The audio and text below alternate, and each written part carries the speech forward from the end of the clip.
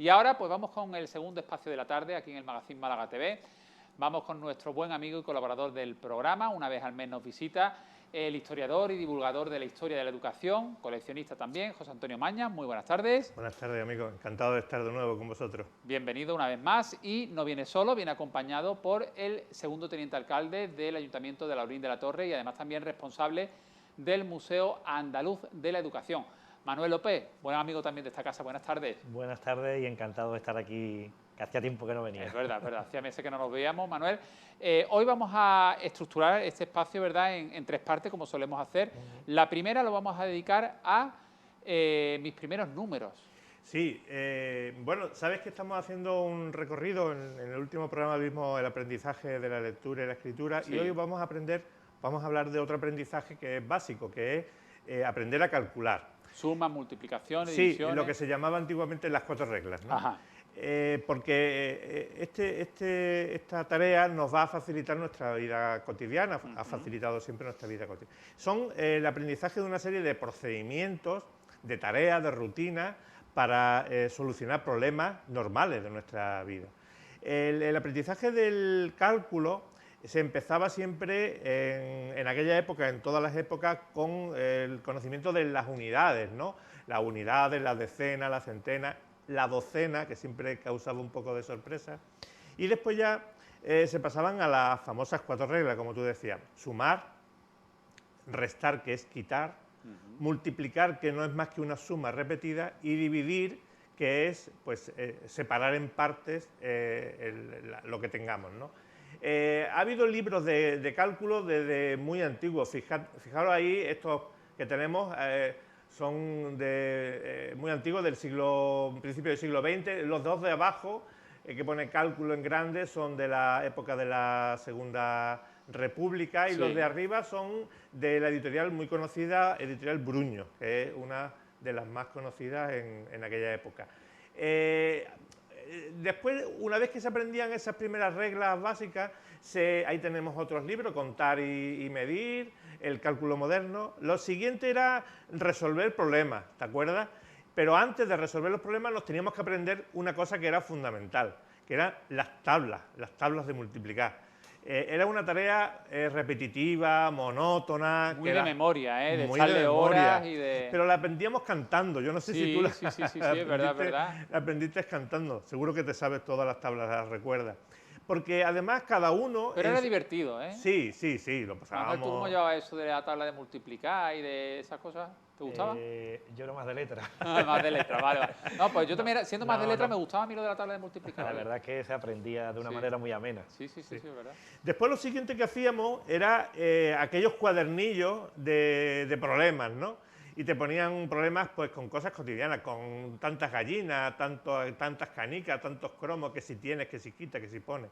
Y a continuación ya se aprendía otra serie de materias relacionadas con la vida muy cotidiana. Por ejemplo, se aprendían las monedas de curso para aprender a pagar, y se aprendía también el tiempo, lo que era el tema horario. Y se hacían muchos problemas con esto que estamos viendo ahí, que son las cartillas... Los rubios, ¿no? Los problemas rubios, que ahí tenemos los más antiguos, son los de arriba, y los más recientes, bueno, recientes relativamente, son los de la parte de abajo. Yo estoy viendo ahí el tonel y me suena a mí haber estudiado y haber hecho algún ejercicio del tonel, no sé qué, no sé cuánto. Sí. Hacían problemitas, ¿no? Sí. Problemas. Estos son ya más modernos, estos son digamos, de los años 90 cerca del año 2000. Y hacían problemas muy relacionados con las cosas del día a día. Bueno, estos libros son los que, digamos, los antecedentes a luego los libros de texto de matemáticas, ¿no? Claro, es decir, estamos hablando de la primera fase del aprendizaje del cálculo, ¿no? Claro. Se aprendía, fíjate, el cálculo mental, el cálculo escrito con papel y lápiz, y también se aprendía posteriormente, ya, digamos, lo que somos un poquito más recientes, en lo que era el uso de la calculadora. Pero antes de la calculadora, yo me he querido traer algunas cosas para que tú las veas. Hombre, el lápiz típico con toda la tabla, eso lo hemos tenido todo. Esto era fundamental tenerlo, que era el lápiz con las tablas de multiplicar. Porque si no te las sabías demasiado bien... Servía de chuletilla también. Servía de chuletilla. Después Teníamos también el bolígrafo esto ya no lo recuerdo con yo, las mira. tablas de multiplicar. Aquí lo tenemos, el bolígrafo. Aquí lo pongo aquí. Ahí está. El bolígrafo con las tablas de multiplicar. ¿Y quién no recuerda una libreta, las libretas, con las tablas de multiplicar detrás? Voy a poner yo esta, aquí para que la vea el compañero. No Mira, sé pásame el libro, ¿te la lo pongo paso yo a yo. ti? Sí. Esta sería la libreta, una libreta clásica de las que hemos tenido, y por detrás tienen las tablas de multiplicar y las tablas de dividir. Sí. Luego por dentro estaba vacía, sí, teníamos pero aquí estaba la tabla completa, vamos, no Sí. faltaba ninguna, ¿eh? Mira, Todas, mira. todas.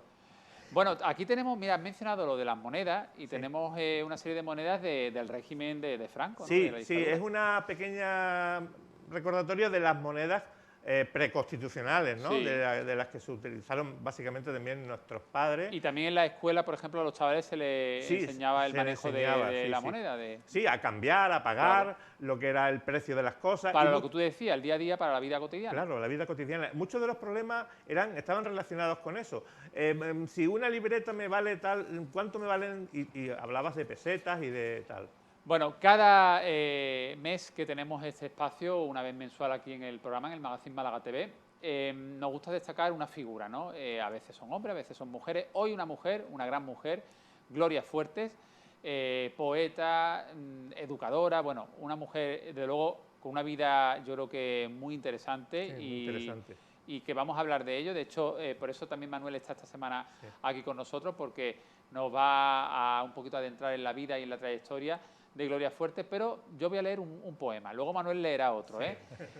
Se llama Ya ves qué tontería, es un poema de Gloria Fuertes y dice: ya ves qué tontería, me gusta escribir tu nombre, llenar papeles con tu nombre, llenar el aire con tu nombre, decir a los niños tu nombre, escribir a mi padre muerto y contarle que te llamas así. Me creo que siempre lo digo, me oyes. Me creo que da buena suerte. Me creo, voy por las calles tan contenta y no llevo encima más que tu nombre. Qué bonito. Qué bonito, ¿verdad? Sí. Muy bonito, muy bonito. Bueno, ¿qué podemos hablar, qué podemos contar de Gloria Fuertes, Manuel? Bueno, como tú has comentado, yo creo que él fue la persona que más ha hecho por el cuento infantil y por la poesía infantil, yo creo que en toda la historia de España. Por la iniciación a la literatura de los más pequeños. Efectivamente. Ella nació en 1917, es decir,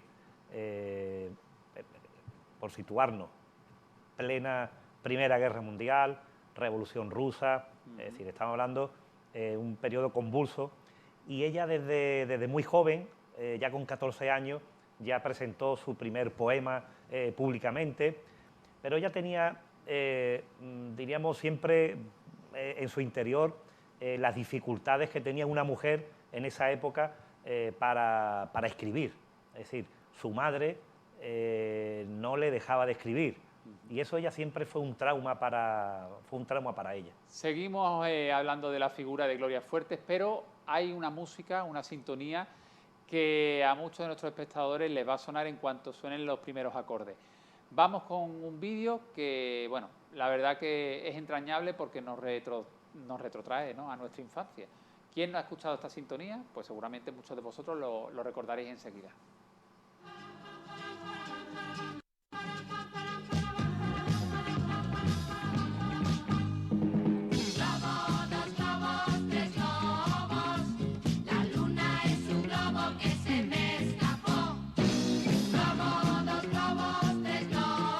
Sintonía del mítico programa infantil Un globo, dos globos, tres globos de Televisión Española. Ella hizo 2 o 3 programas de televisión, Sí, ¿no?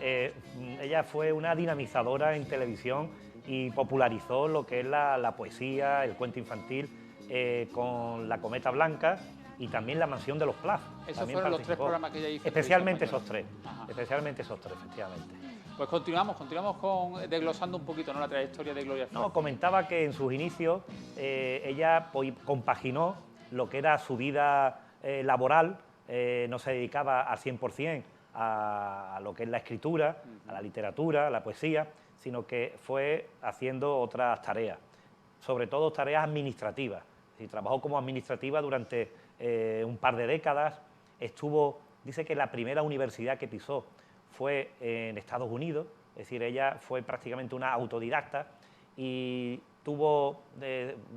se sacó una carrera de bibliotecaria y al final pues estuvo en Estados Unidos y fue allí donde conoció el mundo universitario. Después pronto volvió a España, estuvo unos 10 años en Estados Unidos aproximadamente y bueno, a partir de ahí estamos hablando de una mujer que, aunque se le conoce por la poesía infantil, por el cuento infantil, pero ella tiene poemas para todos los públicos y de hecho se le considera una de las mejores poetas españolas del siglo XX, dentro de lo que fue la generación del 50, es decir, con personas como la talla de José Hierro, de Celaya, estamos hablando de poetas de un gran nivel y ella estaba ahí, ella era la mujer protagonista de esa época.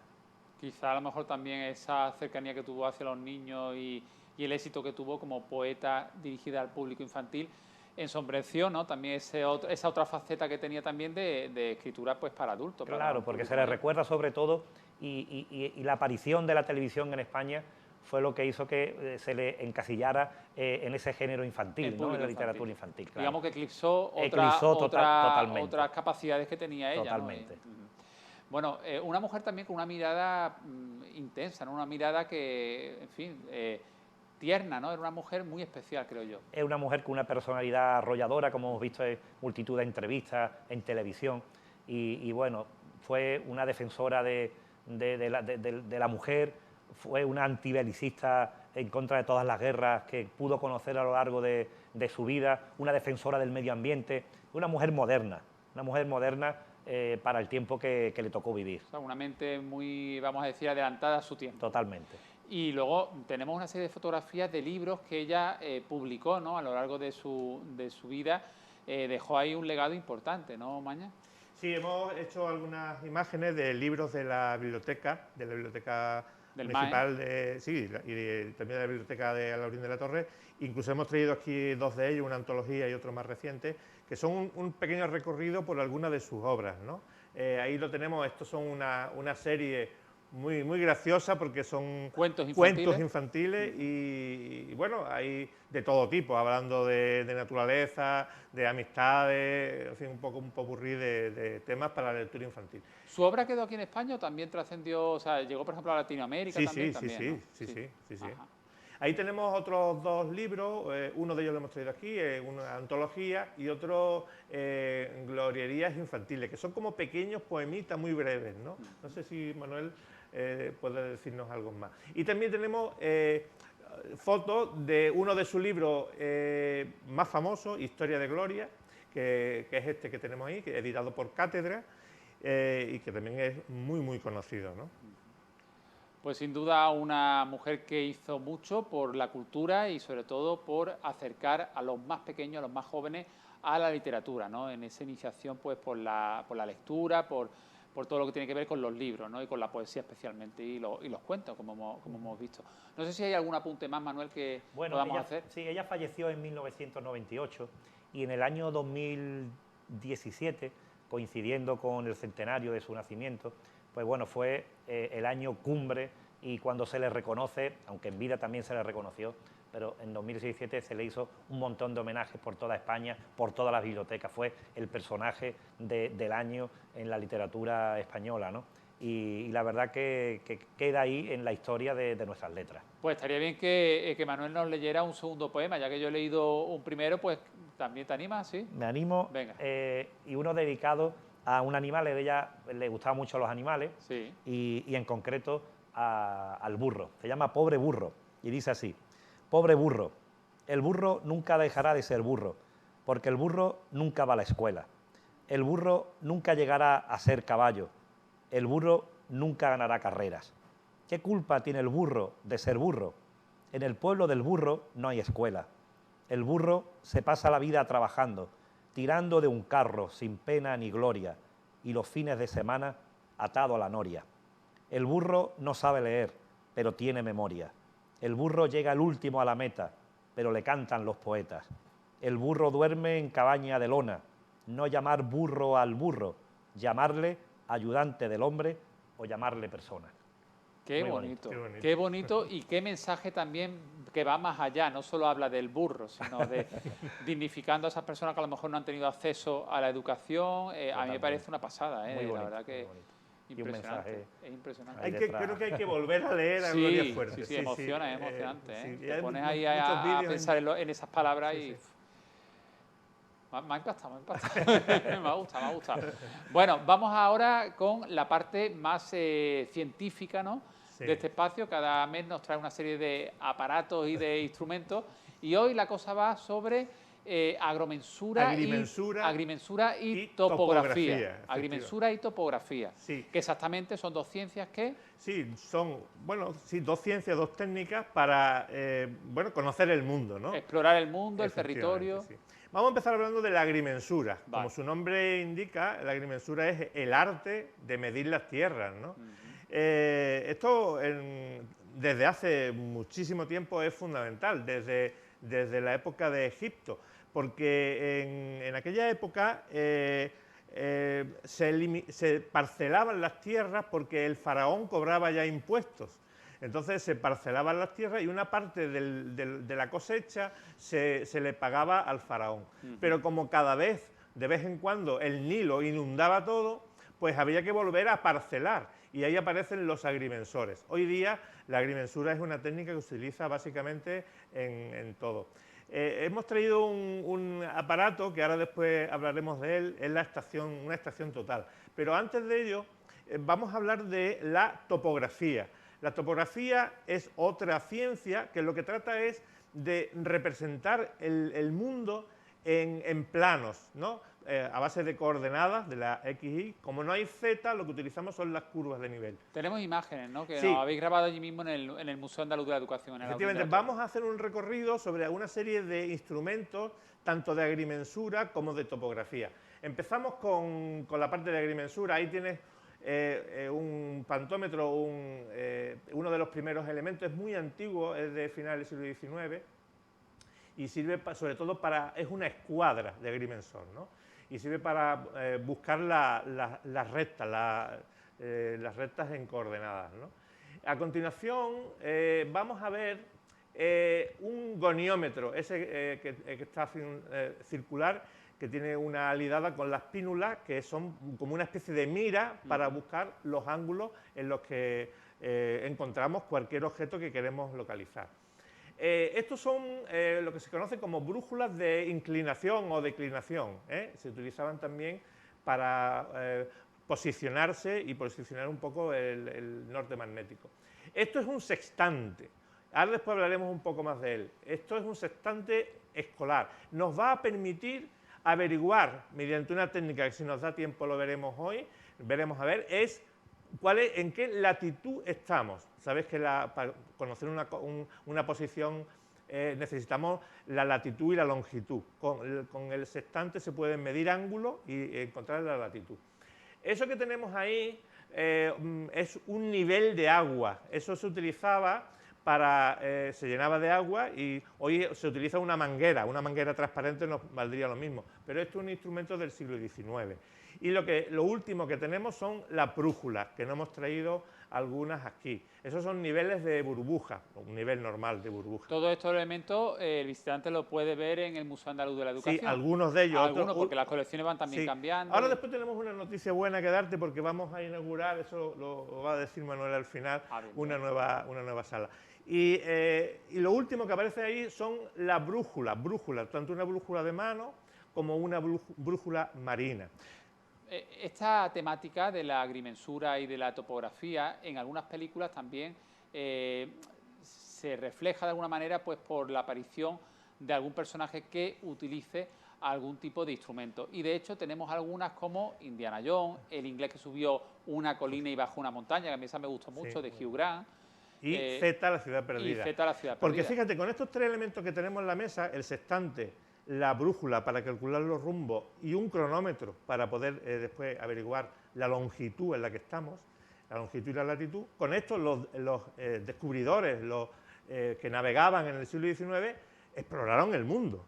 Entonces ahí tenemos la película como Z, la ciudad perdida. No sé si vamos a Sí, poner... tenemos carteles de esas películas. Vamos a poner alguna imagen y después ya vemos los instrumentos de los teodolitos y el resto de instrumentos, ¿no? Pues desde aquí invitamos a nuestros espectadores a que recuperen esas películas Esas que tres, seguro... Mira, aquí tenemos Indiana Jones, En busca del arca perdida. Sí. Hemos mencionado también El inglés que subió una colina y bajó una montaña, que Sí. esa película además muy simpática porque en un pueblo pensaban que tenía una montaña y resulta que ahora llega un topógrafo y dice, no tenéis una esto montaña, no es una tenéis montaña, una colina. Y No todo lo el- descubra, no lo descubra. Vale, que vale, tal. no, ya iba a contar yo la película, pero bueno, está muy bien. Bueno, está muy bien. Al final sí consiguen que sea una montaña, ¿no? Al final lo consiguen, venga, sí. Sí. Se Y lleva- esta es una película que a mí me gusta mucho porque está basada en una historia real. Sí. Está basada en la historia de un explorador inglés, británico, Percy Fawcett, que intentó descubrir en la frontera entre Bolivia y Brasil, en el Mato Grosso, una ciudad antigua. Y hizo distintas incursiones para localizarla y al final desapareció. Tenemos que meter un poquito ahora el turbo, José Antonio, porque estamos ya justito de tiempo, pero vamos a ir con más imágenes que nos habéis grabado de más instrumentos allí en el Museo Andaluz de la Educación. Correcto. Lo que vamos a ver ahora son los instrumentos que llevaban estos exploradores para hacer la cartografía. Básicamente vamos a ver dos grupos de instrumentos. Vamos a empezar hablando de los niveles topográficos. Este nivel lo que se utilizaba era con una mira, con una tabla que tenía unas medidas que se ponían, mirabas y podías calcular. Estas son todas instrumentos, niveles topográficos británicos, ingleses, porque ellos eran los que tenían un poco todo el conocimiento de la óptica en aquel momento. Eso es otro nivel. Este pequeñito sí es alemán, y ahí tenemos otros dos más con sus cajas correspondientes. O sea, estos instrumentos eran esenciales para luego elaborar La cartografía, los mapas. los mapas con sus curvas de nivel, Claro. sacaban las alturas y podían buscar tierras y cartografiarlas para que después se permitiera explorar y conocer. Claro, esos esto luego era territorios. muy útil para conquistar tierra, para el comercio también, para las vías, las rutas comerciales. Efectivamente. El negocio estaba detrás de todo esto. Las grandes potencias europeas lo que querían era tener conocimiento de... Explorar el mundo para saber por dónde iniciar nuevas rutas comerciales, ¿no? En busca de la seda, de las especias y todo esto. Y sobre todo esta que hablábamos de El Z, oro. la ciudad perdida, es por el caucho. El caucho. caucho que era fundamental. Y ese instrumento que tenemos ahí, que sería un poco es un teodolito. Es un teodolito alemán. Un teodolito, la diferencia con el nivel topográfico es que mide ángulos verticales y horizontales. Y con los ángulos, y utilizando aquello de la tangente del ángulo, podemos calcular las alturas, ¿no? Bueno, tenemos por aquí un aparatito que tú has mencionado. No sé si nos llevaría mucho tiempo o lo dejamos para otro programa. Como rápido? tú quieras. ¿Cuánto más o menos? Bueno, A ver, esto venga. es el sextante. El sextante es un instrumento, vamos a explicarlo un poquito, está constituido por un espejo que se llama principal y después un espejo que se llama accesorio. Yo te lo voy a dar a ti, tú tienes que mirar por aquí, que es la mira, y Sí. aquí tenemos la alidada, que es lo que voy a ver aquí en un cristal partido, la altura que tengamos. Entonces, lo que nos va a dar aquí, en este limbo, es el ángulo que se mide con el sextante. Y a partir de ahí, utilizando una serie de cálculos y una cosa que se llamaba el almanaque náutico, pues se sabía dónde estábamos. Se coge de aquí, Se ¿no? coge de ahí. Entonces, verás, tienes que primero ponerlo atrás del todo. Sí. Y después verás como un espejo partido, Sí. uno que se ve, digamos, Sí. la imagen real, y conforme vas bajando, subiendo, verás la imagen reflejada en el espejo. Sí. ¿Vale? Con esto Sí. se calculaba un ángulo. Ajá. Y a partir de ahí, utilizando una cosa que se llamaba el almanaque náutico, Sí. y con una serie de correcciones y cálculos, se lograba encontrar la latitud del punto en el que estabas. Y después, con el cronómetro, a partir del meridiano de Greenwich, podías calcular la longitud en la que estabas. Hoy día, nada de esto se utiliza. Ya se utiliza herramientas, instrumentos como este, ¿no? Exactamente. Esto es una estación total. No es el último berrido, que podemos decir, no es el último grito, Sí. pero sí es muy reciente. O sea, los topógrafos van con esto, por ejemplo. Van con una cosa un poquito mejor que Mejor esta. que eso. Mejor que esta. Esta me la han prestado porque no es la última. La última vale una millonada y no me la han... En fin, gracias a los compañeros de Juan Antonio Camino, topógrafo, que me la ha prestado. Y con esto lo hacemos todo. Medimos ángulos verticales, medimos girando ángulos horizontales, medimos distancias y la misma máquina te hace los cálculos. Oye, para despedir el espacio, Manuel López, noticia que nos vas a dar esta semana, apertura de una nueva sala en el Museo Andaluz de la Educación, que como siempre decimos, súper interesante y además con entrada gratuita para todo el público, ¿eh? Sí, En Alaurín de la Torre. a partir de septiembre, junto al Museo de la Educación, a 10 metros prácticamente, cruzando la calle, un nuevo local donde vamos a destinarlo para talleres infantiles. Ah, qué bien. Y al mismo tiempo vamos a comenzar con una exposición, que lo decimos aquí por primera vez, una exposición muy interesante dedicada a instrumental científico, lo material científico, los objetos científicos que cambiaron el mundo. Y será en septiembre, a partir de septiembre. Pues estaremos muy atentos. Manuel López, José Antonio Mañas, muchas gracias. Hasta dentro de un mesecito, José Antonio. Y Manuel, cuando quiera te vienes por aquí también, ¿eh? Muchas gracias. Encantado Muchas de gracias a recibirte. vosotros.